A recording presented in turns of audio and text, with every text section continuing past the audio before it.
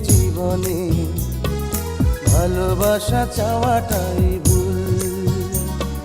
কিছু কিছু মানুষের জীবনে ভালোবাসা চাওয়াটাই ভুল।